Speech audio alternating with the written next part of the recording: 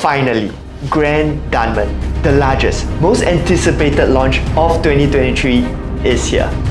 But with its competitors, the 99 years Tembusu Grand selling 57% at launch, while its freehold counterpart, the Continuum, selling only 28%, confusing the heck out of everybody, comes the question: what is the right price to enter Grand Dunman at? And perhaps the most important question of them all: which is better?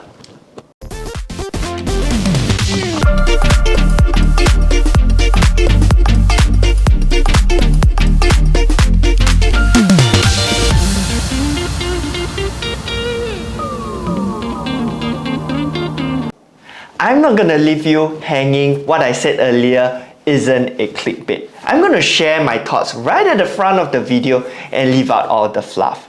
And if after that you're still interested, you could stay on to hear the 3 things we like and don't quite like about Grand Dunman. Now, because the floor plans and site plans aren't released yet, we're gonna share our thoughts on those in part 2 of our review. So please click the like and subscribe button so that you'll be notified. Now, as promised, let's get right into it. So, the benefit of being the last of the 3 developments to launch is the fact that you can utilize the results of the 2 earlier launches to make a decision. Now, let's take a look. So, this is our consolidated District 15 research sheet.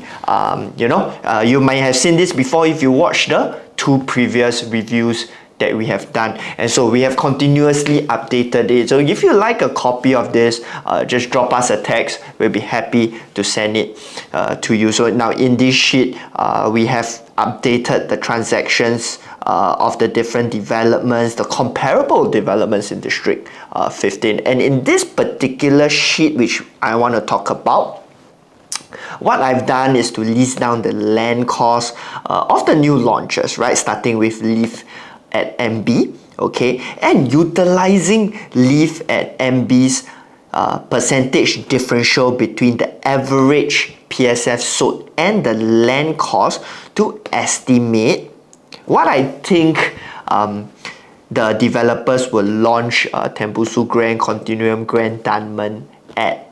And as a matter of fact, now in hindsight, right, it is using this percentage gave us a pretty accurate result, especially for Tembusu Grand, right? So in the end, it came up to 90% differential. So it's ended up very, very close to the percentage difference for Leaf at MB. Okay? So this column, it's utilizing 89%, right? Just the percentage from Leaf at MB. So now Continuum, right, turned out to be less than 89%, right? Just 83% differential between the average PSF sold and the land cost. So now for Grand Dunman, right, what you'll be looking at. So if we utilize 89%, we're going to get 2,558 PSF average to be sold over here as a function of the land cost. Now you'll notice the land cost for Grand Dunman is in between that, right, or a bit closer to Tembusu Grand, understandably so, right, because it's 99 years, Tembusu Grand also 99 years, while Continuum is freehold, right? But over here, I've done a little comparison for you, right? Okay, so traditionally, right, 99 years to freehold, right, we expect about a 10 to 15% price differential, right, premium on the PSF. So what I've done is taken Continuum's average PSF sold, right, and knock off 15% so that you have some idea, right, and see where Grand Dunman will stand. Okay, so 15% will land us at 2,300. And what are the chances of it launching at 2,300? I think very, very low, right? What I think the developer will try to achieve would be a figure that's in between these two. Right, and for that, the premium will land quite nicely at 5%, and this number are pretty close to one another. So now, with a 5% differential between a 99 years and a freehold development, now that's gonna require a little bit of thinking, right? So is this premium worth it for the difference in location, or should you then pick the freehold option? Now, continuing on this sheet, right? Why I like this area so much is the fact that there's already a en bloc that's gonna set a new benchmark price in that area, right, which is the former Mayor Park, right? The land cost is 1668 PSF PPR, and using my estimates, or you know, a ballpark estimate with the 89% differential between the land cost and the estimated sale price, that's gonna land us at 3,160 PSF. Okay, and on top of that, right, you know that you're not going to be the highest, the person that pays the highest amount over there, because we have another 3 more sites yet to be launched. Well, we're going to likely see the results for Jalan Tembusu Site 2, the one right across Tembusu Grand, the results coming up in the next couple of months, and I do expect, while it may not surpass the Grand Dunman site, maybe even not more than the Tembusu Grand site, because of all the cooling measures and the change in regulations that I have been talking about. Maybe I can put that somewhere over here. There may be a chance that land cost may land lower than even the Tembusu Grand land cost. But does that mean the developer will have to sell you cheap? The answer is no, as we have seen in reserve residences. So how are we going to answer the earlier question on what is the right price to buy Grand Dunman at? And also, how are we going to reconcile a freehold development that is priced at just 5% premium over a 99-year development, but the 99-year development is larger and closer to the MRT? So how am I going to do it is by looking at some of the data that we have from Continuum and Tembusu Grand. Let's take a look. So for Tembusu Grand and Continuum, right, Tembusu Grand 57% sold, Continuum 28% sold. Now, if you analyze the units sold, the trends are very, very interesting, right? Some peculiarities here and there, but the one that jumps out the most is the fact that the 1+ study for both developments were not fully sold on launch days. As a matter of fact, somehow or other they don't look very, very popular.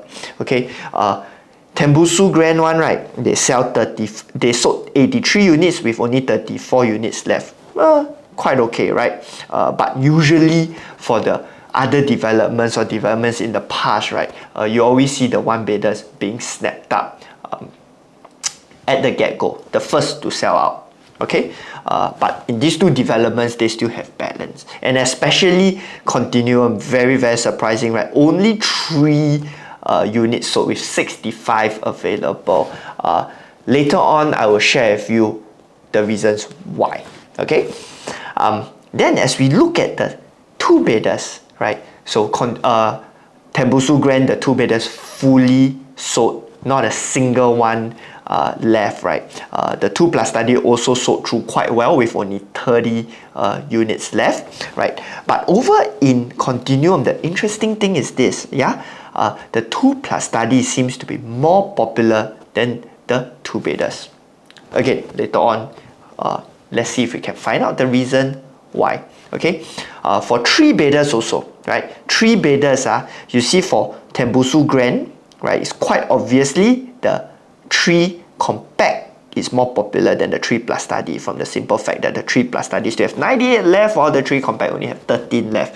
But now on the other side, right, Continuum, right, the 3 compact sold 28, but the 3 premium sold 33 units, right? So the 3 premium more popular, albeit right, they have more units left, but the 3 premium sold more units than the 3 compact.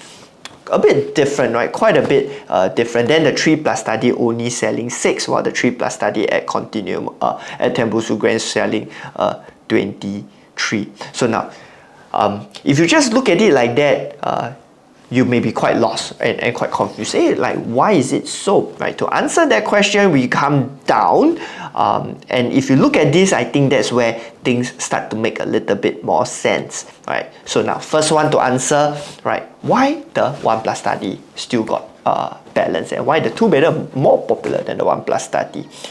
And I think the most obvious thing that we can do over here is to take a look at the price differential between the 1-bedder and the 2-bedders, right? You notice how the gap is so narrow, right? So basically, as a buyer, maybe you just top up an extra 20,000 or 5,000, right? With the gap being like $100,000, right? It's just a $25,000 more down payment, right? Will allow you to get a 2-bedder, and very naturally, you have seen what people have done. They will then just go for the 2-bedder, right? So this is where it's very, very important for you to watch the price premiums carefully, right? Don't be overly fixated to just looking at one particular type, right? If the next type, right, the slightly bigger type as compared to what you want to buy, right, if the premium is very, very close to one another, right, you may want to consider just getting something a little bigger, right? So now that explains why Continuum 1 plus study only sold 3 units, right? Whereas the Tembusu Grand one, right, because they start quite low at 1.248, that's why they started to move. And I see the balance ones probably because they have nudged up very, very close to 1.4, right? Then this gap from the 1 plus study to the 2-bedder start to narrow, and then people all start to snap up that one. Yeah.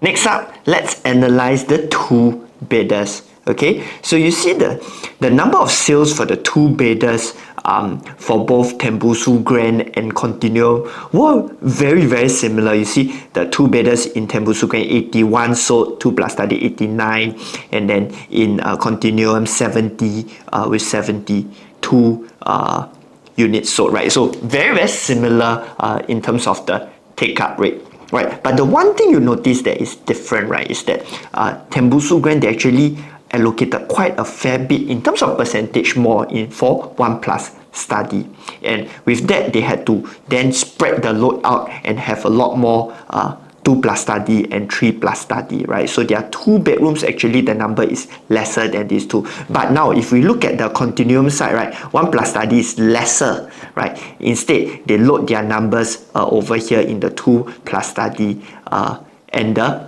2-bedroom, with 2-bedroom taking up the highest number, right?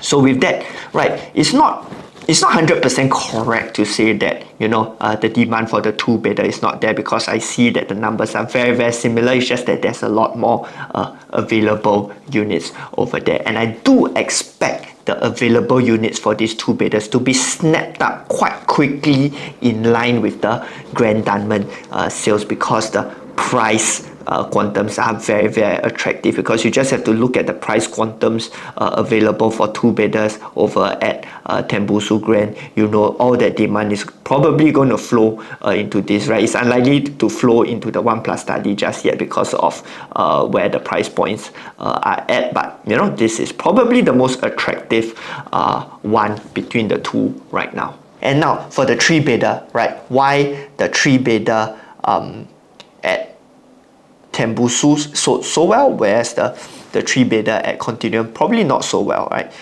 It's very obvious over here, which is the fact that the 3-bed compact for Tembusu Grand, right, is 990 square feet, right? Very close to 1,000 square feet, whereas the 3 compact over at Continuum is just 872 square feet. So now over here, right, maybe the take-up rate, right, this is my hypothesis, like maybe right, maybe wrong, right? People not quite yet ready to accept such small 3-bedders. Yeah, something under 900 square feet. But for 990, you know, very, very well accepted as being like a reasonable size for a 3-bedder, right? Of course, these expectations keep getting smaller and smaller over the years, so you never know, right? Maybe 5 years down, 6 years down, 872 become well accepted, and then so the Continuum 3-bedders will then look like a pretty interesting value proposition. Because why? Notice the quantums, right? Because of the size differential, the quantums are actually very, very close to one another. Now, if the Grand Dunman 3 compact also come up above 900 square feet, right? Maybe close to over here, which I think will not be if I know SingHaiyi well enough from the Park Clementi's days. They do build 3 compacts less than 900 square feet as well. Then now that would be a more challenging thing to do, would be the 3 compact versus the 3 compact at Grand Dunman or the 3 compact at Continuum. Then you need to watch the quantums carefully, the PSFs properly. Okay, now if we go down one more, now we are looking at the available units at Tembusu Grand and Grand Dunman, right? And this is probably the most relevant one, relevant data that you need to use when developing your battle plan for Grand Dunman, right? In the event you don't get a good queue number, or you need to know who are your competition that's currently available in the market as well. Okay, so now if you're looking at one bedder over at Grand Dunman, right? One bedder, okay, I would say it's pretty much a no-brainer if you can go below this quantum, right? Or very, very close to 1.24, maybe less than 1.3, okay, which brings you close to this number lah. But if it goes above 1.3, then you got to make a decision, right? But you know, if Tembusu Grand is at 1.3, you get a better location, a larger development. Of course, then you have to compare the facings. You can go ahead with that. But once they stage the price up, or queue number is a bit late, and by the time you are left with a unit at, let's say, maybe 1.4, then you probably got to be very careful and maybe open your eyes towards a 1+ study at Continuum, or maybe even a 2-bedder at Continuum. Yeah. Now, if you're now for 2-bedders, okay, judging, right, because the fact that the good thing about 2-bedder is you don't have to be overly concerned with Tembusu Grand, because it's all gone, and the cheapest one over there right now is 1.93 million. Your 2-bedder over at Continuum then is the one that you really need to look out for, because Continuum built small, right? 646, 700 square feet, and 872. So if you are looking at around these ranges, you then got to also not just look at the PSFs over at Grand Dunman, but also look at the sizes that they built. Then also be aware of the quantum differentials. Okay, so for 2-bedders, if it's less than 1.7, right, which is thereabouts around this price, and because you see the absorption rate for 1.7 over here as well, it's quite good lah. So if I feel it's under 1.7, I think you are pretty safe. Above 1.7, then you need to go and compare properly between Continuum and Grand Dunman. Okay, I haven't really done the comparisons for 3, 4, and 5 bedders. I'll probably do that in the next 2 to 3 days. And if you want some insights on those once I'm done with it, right, drop us a text. We'll be happy to send that to you, as well as all of this to you, right? Just happy to share with you since it's already done. Next up, moving on to the 3 things we like and don't quite like about Grand Dunman. Starting first off with the 3 things we like. And on point number 1, the new versus old supply. So for those of you who are new to the channel and haven't heard about this new versus old supply rhetoric before, you can check out the 2 previous videos that we have done on Grand Dunman and on Continuum, right? I'll put the link somewhere in this video and you can check them out, where we go into great detail on what this whole new versus old supply rhetoric means. Okay, but for the sake of this video, I'm still going to touch on some of these points. Okay, so what do I mean by new versus old supply, right? Grand Dunman, Tembusu Grand, and Continuum, we will consider them under the new supply, right? So they are one of the first in this generation of developments with the newer supply, whereby you get your 500 square feet, 1 bidders, you get your 700 square feet, 2 bidders, 900 square feet, 3 bidders. Whereas previously the old supply, right, we see more of the 2 bidders at 1,000 square feet and 3 bidders at 1,200 square feet. So what that means is that even though the new launch PSS are inevitably higher, you have the luxury of already knowing that there is demand for units, or at least there's demand for this kind of similar units at a much higher price than your entry quantum, right? I'm going to dive into some examples right now. And of course, the best case study would be to look at our 2 immediate neighbors, Dakota Residences and Waterbank at Dakota. Okay, so Dakota Residences, right, TOP in 2010, so about 13 years. If we scroll down, you're going to see that the 2 bidders come in at 1,000 square feet, the 3 bidders at 1,200, close to 1,300 square feet. The 4 bidders are 1,800 square feet. Yeah.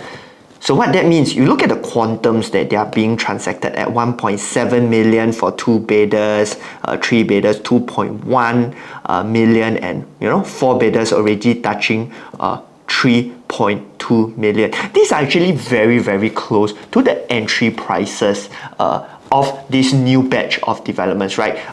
In the earlier on, I showed you some of the transacted data, some of the units that were purchased in continuum. Actually, I can flash them to you right here, actually, right? Which is why you see the take-up rate of the units at Continuum, $1.5 million. Continuum is this side, 1.6 million. Tembusu Grand, 1.5 million. So well absorbed, right? So well absorbed.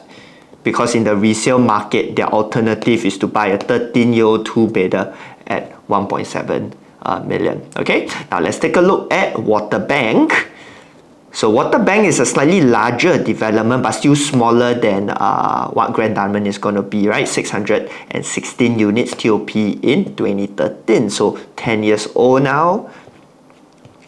So over here we have 1 bidders 484 square feet, 2 bidders 883 square feet. So over at Waterbank, the sizes a bit closer to what we have in the new generation, but with some bay windows, right? 3 bidders 1130 square feet, 4 bidders 1572 square feet, right? So what's the translated quantums? Okay, so now over here you see 1 bidders 484 square feet. So you see a lot of this 1 bidders, quite a fair number of these 1 bidders being transacted, because their quantums are significantly lower than the quantums on offer for the newer batch of developments, right? Because the newer batch are actually even bigger in terms of the 1 bidder. So now this is where it gets quite interesting, yeah, because the newer batch, even though they are bigger, the quantums are higher, they are of a better size. Some would say more livable, right? So how would they perform moving forward? I wouldn't say because of the competitor being 484 square feet that they won't be able to sell well in the resale market. So that is an interesting one, right, for us to monitor and see how it's going to come out on the other side. Yeah, we have 3 bidders hitting 2.4 million, as we can see over here, and 2 bidders. This one, the size very big. Let's find a more regular size, right? 2 bidders, 1.5 plus million, right? And if you look at some of the asking prices over there, right? Waterbank, right? Let's see Waterbank. You can see the 1 bidders asking already starting to nudge very, very high already. So notice, even though their PSF is quite a bit lower than what we're going to expect in the newer launches, right? Especially Grand Dunman, or even in the other 2 batches, with the larger sizing, especially if you see it from the 2 bidders, onwards, right? 2 bed, 2 bath onwards, you're actually entering in at very close to the current asking quantums in the resale market. and that is why the take-up rate for all the new launches that we see over here, I do expect them to be quite healthy, right? On the other hand, in the other parts of Singapore, especially if you go further out into the OCR, you do not get this luxury because you are entering into a supply that is very homogeneous with its surrounding, right?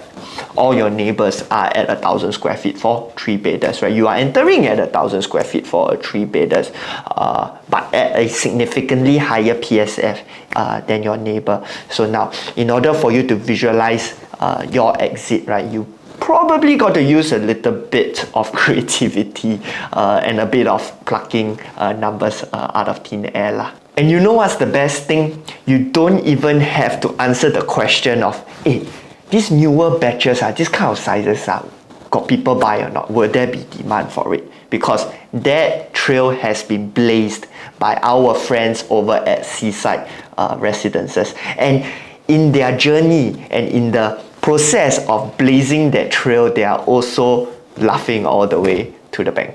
On to point number 2 on what we like about Grand Dunman, its size and the number of units, right? So now it's going to be the largest development in District 15 in terms of number of units. Which brings me to a funny story, because for those of you who can remember in 2018, where there were a lot of this more than 100 unit developments, right? Case in point, Treasure at Tampines, Normanton Park, Park Esta, Riverfront, Park Clementis, right? There was honestly quite a number of them, Jadescape. The common concern with those developments were that they were too big, you know, and then because there's so many units over there, right? When you want to sell, there's going to be so much competition and you're going to have trouble making profits, right? You have to like cut your price, compromise on profits in order to sell. But fast forward to today, after seeing how well those developments have done, right? Now everybody wants to rush to a bigger development because they know larger developments have more transactions, and more transactions help to drive price up. And also to help keep maintenance fees low. So now, small development versus big development, in the end, now everybody like to rush for a big development. I just thought it's a funny anecdote to share because I was there in 2018, and that were the common concerns raised. And fast forward to today, that whole narrative have changed. But in this video, I also want to share with you guys one other reason why larger developments may benefit you, right? And I'm going to move you guys further down the road. Okay, nowadays everybody's attention span is a lot shorter, right? Most people come with like a 3 to 5 year holding period, right? But I'm going to share with you guys some interesting case studies on how larger developments perform well even in the long term, and I'm talking about 20-30 years. Let's take a look. Okay, so we have over here Mandarin Gardens, okay, the previous king of District 15 in terms of the number of units, right? And they have been king for the last 37 years, right? From 1986, 1006 units. Okay, now the interesting thing is here, right?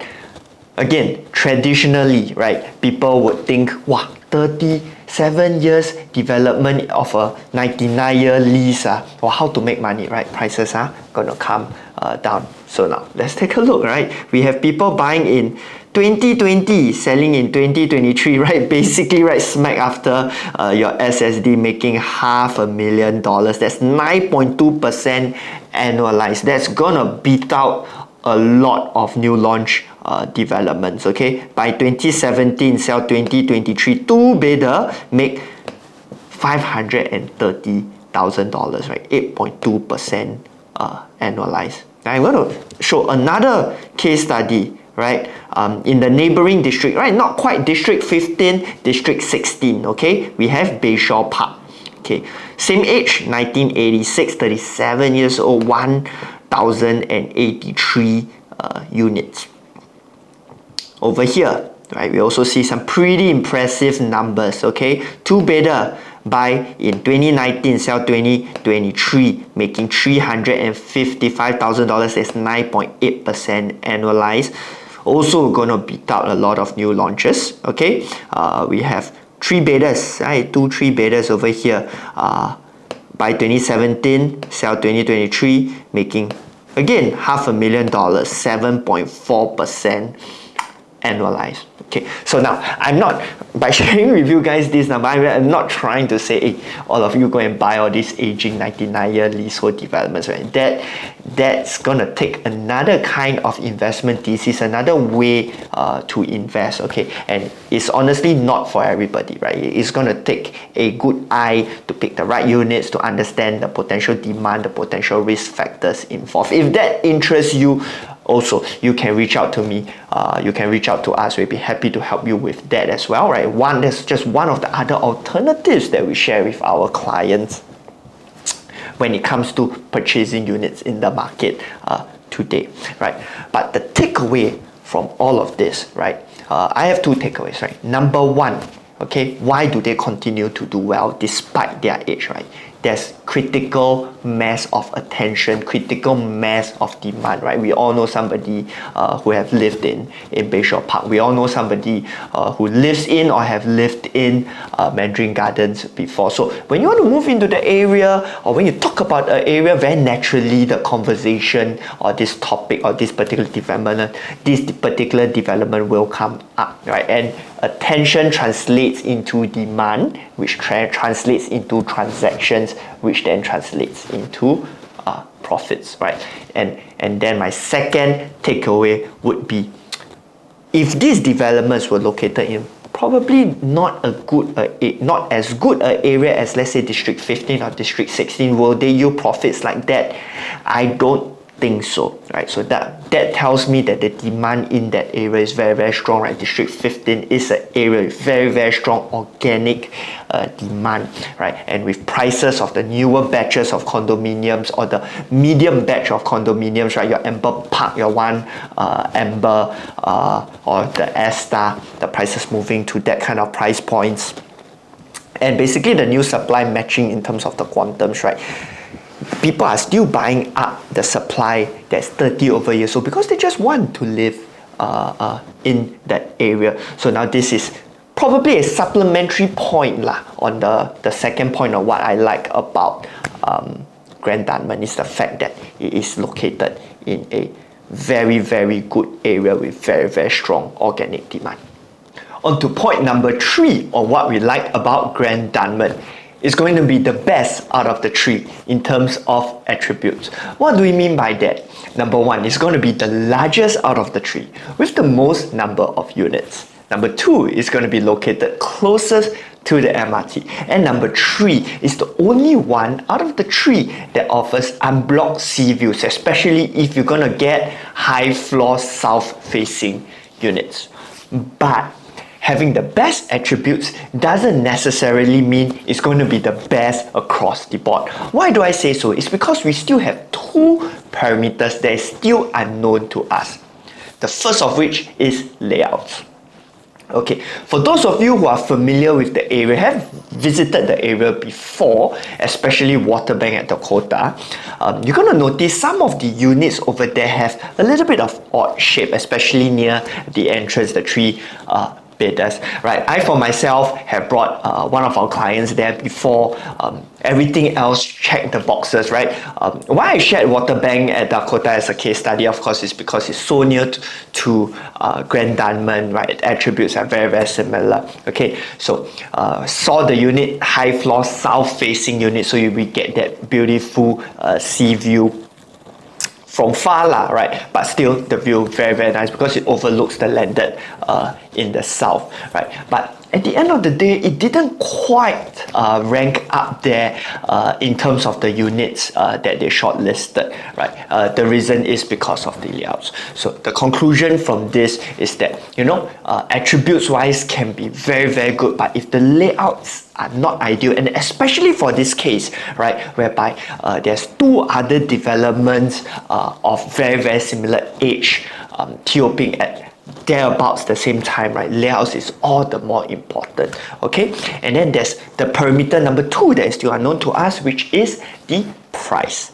Okay, so now we have it's most likely that the developer is going to launch at in between the price of Continuum and Tembusu Grand, right? As we predicted, thereabouts, plus minus 2,000, averaging out into 2,550 PSF thereabouts. Okay, now the only reason why they can be priced so close in terms of PSF differential to a freehold development is because of all these attributes, right? It's large number of units and its proximity to the MRT. All right, and it's also because, right, when buyers buy new launch developments, these are the kind of things they look at, right? They look at the attributes on paper. They look at what is it on paper, okay? But if you want to layer, you want to have a deeper layer of understanding as to how the market actually works, you will know that in the resale market, right, buyers buy what they like, okay? And based on my experience on the ground, right, I'm starting to realize that a lot of the buyers in the resale market, they have a sort of wider acceptance on proximity to MRT. What is more crucial to them is they have to like the layout, they have to like the development. So in conclusion, right, despite having the best attributes, there is no guarantee that would translate into the best profits for Grand Dunman. Okay, so at the end of the day, right, you have to layer in more considerations before the purchase, right, and you have to buy it with more considerations in mind, and not just because it has the best attributes across the board. Okay, especially when we have Continuum that is priced in terms of PSF so close to a 99-year development. If you've enjoyed the review so far, please don't forget to like and subscribe, as you'll help out the channel a ton. And also so that you'll be notified once we publish part 2 of the review once the floor plans are released. Now back to the video. And that brings us very nicely into the 3 things we don't quite like about Grand Dunman. And on point number 1, it's the potential oversupply. So now, with the 3 developments adding together to offer up almost 2,500 units, right? A common concern that I hear is that, wow, that's a lot of units coming into the area within a very, very short period of time. Okay, and considering that Jalan Tembusu, the other plot, is also going to be awarded soon, right? That's going to bring that number up to, I believe, very, very close to 3,000 units plus and minus. Now, how do we address this concern, or is this going to be a deal breaker for us, right? I'm going to answer that in 2 parts, okay? So on the first part, right, I believe District 15 is an area that is prestigious enough, right? The demand for an area like District 15 is strong enough to absorb up this potential supply, okay? Because if you look at the area as it is now, today, okay, there's actually already a lot of developments over there with a lot of number of units, but prices are still continuing to go up. Okay, and secondly, rentals are also very, very strong and continue on a good upward trend. Now, which is why I don't see this supply coming in having a material impact, on prices and rentals across the board and in that area. Okay, and moving on to the part 2 of my answer. All right, you can plan for this potential increase in supply in that area, right? There's something that you can bear in mind and something that you can work around, okay? Because it's a very similar problem that I faced when renting out my Park Esta, right? 1,399 units, okay? So when I collected their keys, it wasn't that straightforward in terms of renting out the unit, right? But I don't put that down to simply the size of the development, right? That's actually just the overall dynamics of a TOP project, right? Where there are a lot of units coming in online. Tenants have a lot of choices, but there's another thing that I noticed, okay? Is that a lot of the tenants aren't really familiar with that particular launch yet, right? And it's something that I noticed with Sterling residences, because if you notice, the rentals actually spiked significantly a couple of months after TOP. And I sort of realized that the reason behind that is because as the first group of tenants move in, especially if they are expats, you know, some people that come from overseas, and if they work in big companies, right, they're going to spread the word around that, hey, you know what, I'm currently staying here, that's a nice place. You know, if you're just coming in, especially if there's colleagues coming in, they will say, hey, you know, check this place out. Colleagues that are looking to swap apartments, they also say, you know what, check it out, right? And then if they have gatherings in a new place, so it's just going to generate, right, organic demand in the area, right? So be patient, number one. Number two, plan for it. So I would really recommend that you don't be overly ambitious in terms of how much rental that you're trying to get, right? You can't catch it at the top because when it comes in the rental market, time loss, you're never going to get that money back. Vacant periods, you're never going to get that money back, okay? So try to just be fair, let the unit go, because once it goes into like 1 to 2 years after TOP, that supply will stagger back into the market, right? Because some people sign 6 months lease, some people sign 12 months, 18 months, 24 months, things like that. So the supply will slow down, right? And they will slowly come back up into the market in a staggered fashion. So I wouldn't be overly concerned about the oversupply in this area. Okay, then next up, right? What about the oversupply in terms of selling your particular unit? So then I would really recommend just planning your exit well.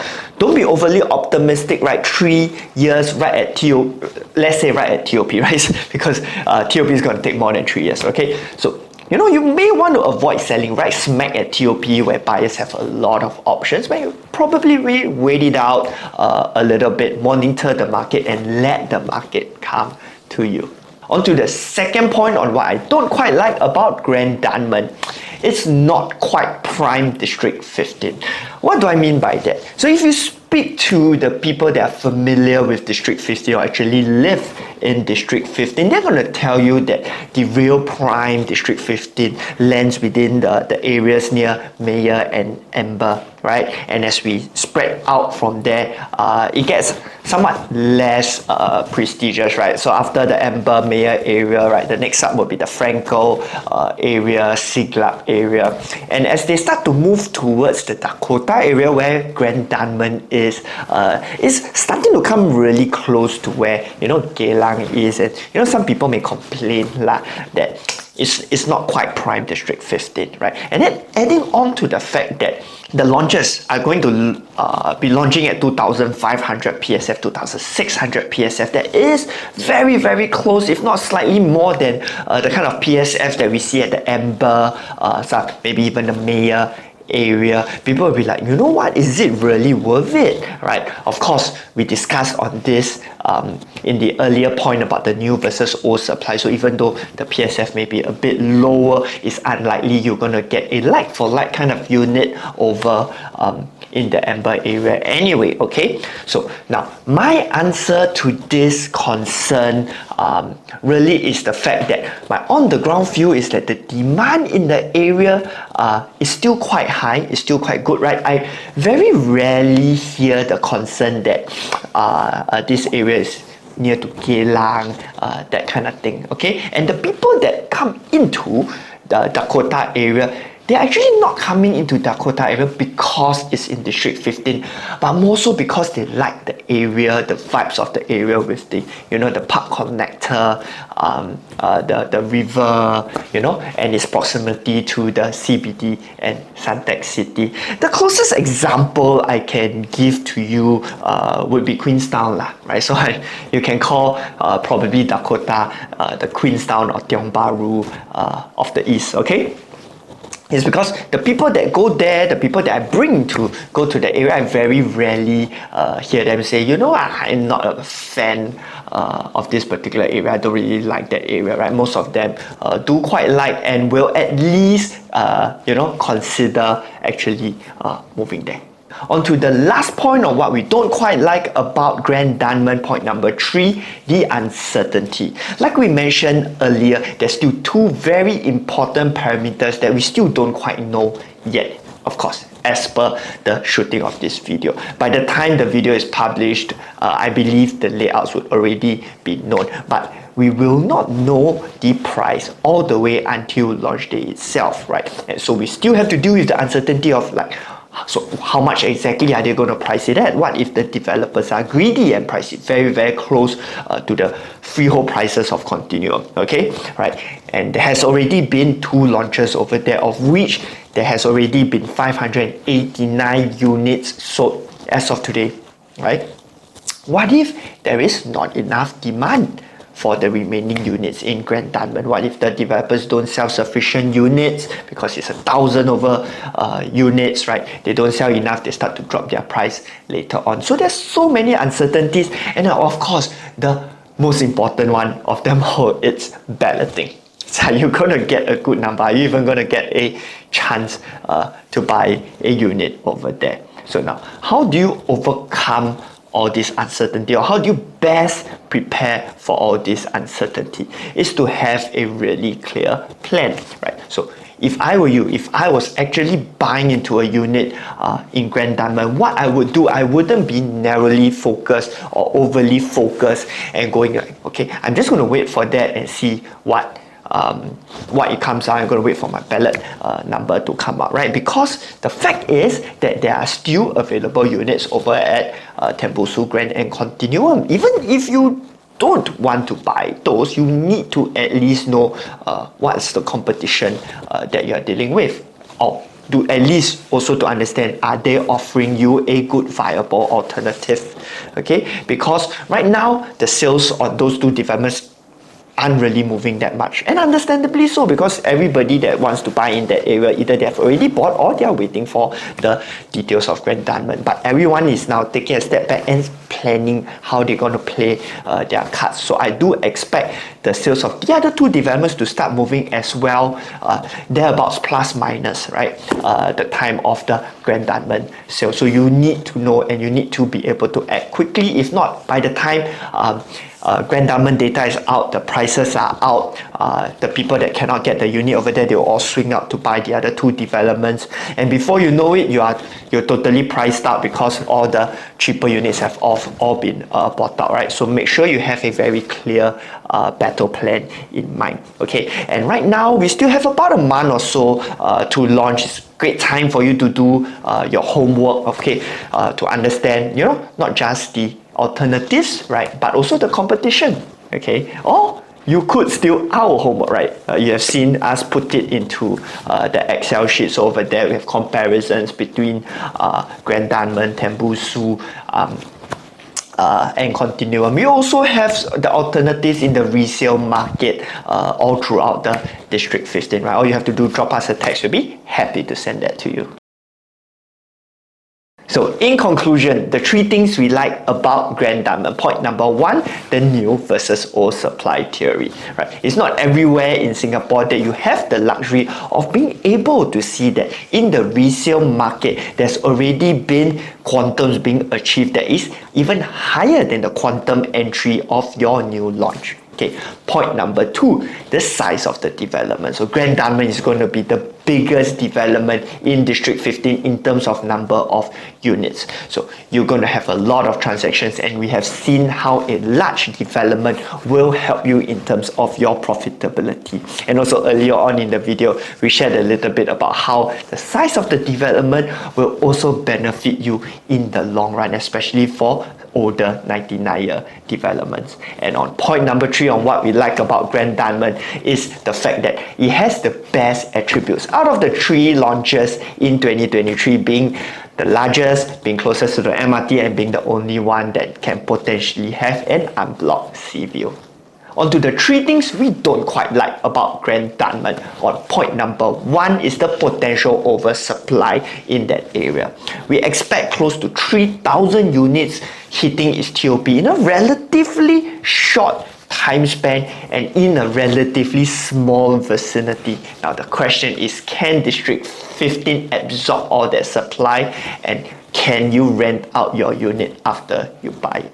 Okay, and next up, point number two is the fact that Grand Dunman isn't quite located in prime District 15, but yet the kind of prices that we see is very close to what we see, especially in terms of PSF, with that in prime District 15 like your Amber and Mayor areas. Right. Point number three is the uncertainty that surrounds the project, right? With developers not releasing their pricing yet and we only knowing it near launch day or on launch day. What if they are greedy? What if they can't sell through the 1,000 units that they have?